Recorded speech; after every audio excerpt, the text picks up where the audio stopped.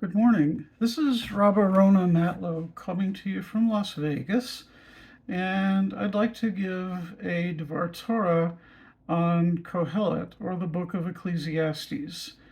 In its original form, there was a bit of humor in it about some verses that tied to common figures of speech, and a little bit of history about my time in the Navy, as well as a connection to a popular song, but I've decided to remove those. I also decided to remove history about King Solomon and his connection to having lots of money and lots of horses because of the current events in the state of Israel. As everybody no doubt knows right now, on this past weekend during the holiday of Shmini Atzeret and Simchat Torah, the end of the fall holy days in Israel, Hamas launched an unprecedented war into Israel. And it's been described by many in Israel as their 9/11 or their Pearl Harbor. Now, like many rabbis, I study scholarly works all the time. The current book that I've been reading is called Bible Through the Lens of Trauma, edited by Elizabeth Bose and Christopher G. Frechette. And there is an article in there called Shared Pleasure to Soothe the Broken Spirit, Collective Trauma and Kohelet by Philip Browning Helzel. And in this article, he suggests that Kohelet was written during a period of colonial oppression. He talks about signs of collective trauma in Kohelet.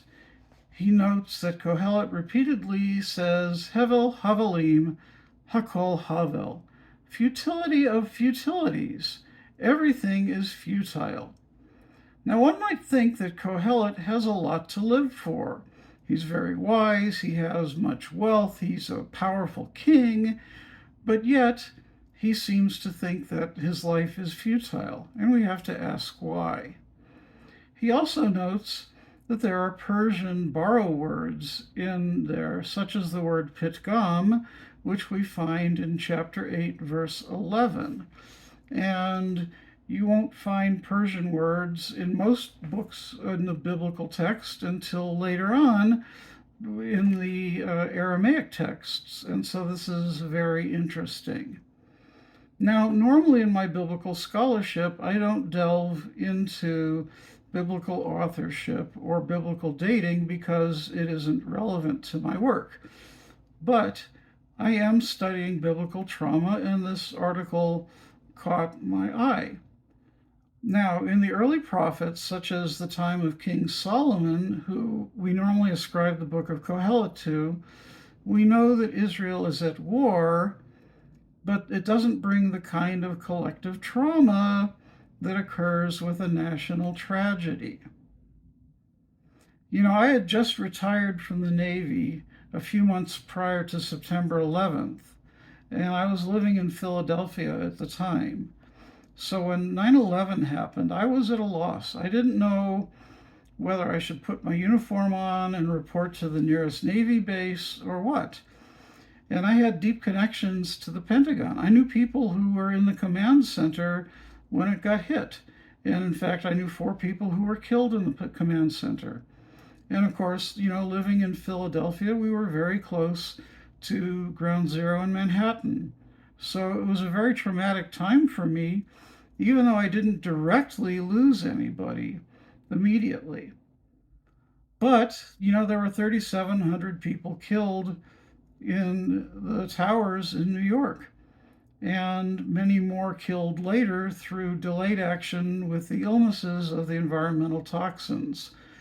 And all of those people left families behind, and their children grew up without their parents.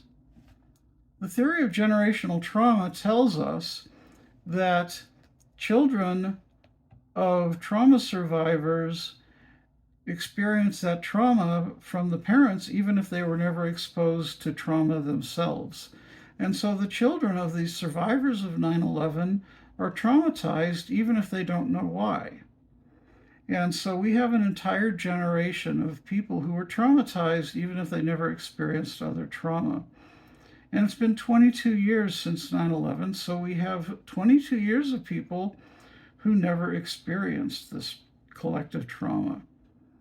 Likewise, for the few remaining survivors of the Shoah or the Holocaust, their children experienced that trauma. In fact, that's where the theory of generational trauma came from. And now we have this attack in Israel. And leaders in Israel are describing this as their 9/11 or their Holocaust or their Pearl Harbor. And in fact, with over 1,000 Jews dead already, there is no single event since the Holocaust where so many Jews have been killed at one time. So in our kishkas, in our gut, we can really understand the intensity of this tragedy. And there's only one kind of tragedy that the scholars could be talking about regarding the book of Kohelet that could be a national tragedy of this level. And that's the destruction of the first temple. So what they're suggesting is that this book was written in post-exilic times after the destruction of the temple. Now, are the scholars reading too much into this? Were these borrow words appended later? I can't tell you that. What I can say for sure is it's food for thought. And it certainly explains why someone would cry all the time that everything is futile. If his entire kingdom had been wiped out from under his feet, of course that's why he would cry. And we are seeing firsthand right now that the Israelis are experiencing that again. This war occurred on the 50th anniversary of the Yom Kippur War. It occurred on Shabbat and Yom Tov on the festival day. People were sleeping and the terrorists incurred into their homes. People who survived the war and the hostage taking will forever bear the scars of this war. And this is true on both sides. And their children, even if they, God willing, never experience another trauma in their life, will still bear the scars of this because of generational trauma. And even their children's children may experience this because it's very, very difficult to completely remit this kind of trauma. I pray that we never see this kind of trauma or war again, but I know that realistically that's not going to happen. We're all human, and wars unfortunately happen. But maybe in the future, people at least follow the rules of war and not incur into people's homes in the middle of the night and take civilian hostages and celebrate the way the Palestinians did when they did that. There are rules of war for a reason, and they were grossly violated. And that makes me very sad since I was in the military for 22 years and we were trained extensively on how to execute war ethically, if you can have such a thing. We all pray for peace, a speedy resolution to this war, and we pray for a lasting peace in the land for both the Palestinians and the Israelis.